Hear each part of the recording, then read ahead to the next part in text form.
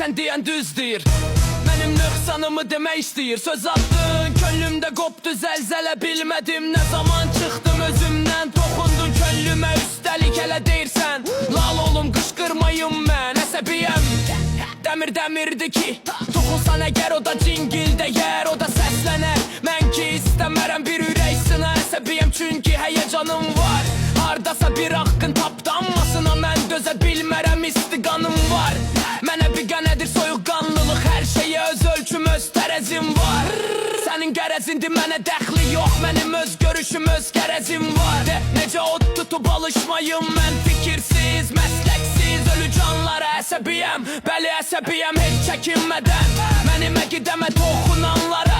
Dünyaya gəlmişəm, qanam anladım, ürəyim od tutub yanar. Bəli əsəbiyəm, çünki insanam, mənim nifrətim var, mühəbbətim var. Quzuya da bəli, qurda da bəli, deyirsən olmasın baxışım mənim. Nöqsanım budursa əgər, deməli ancaq naxışımdır, yanlışım mənim.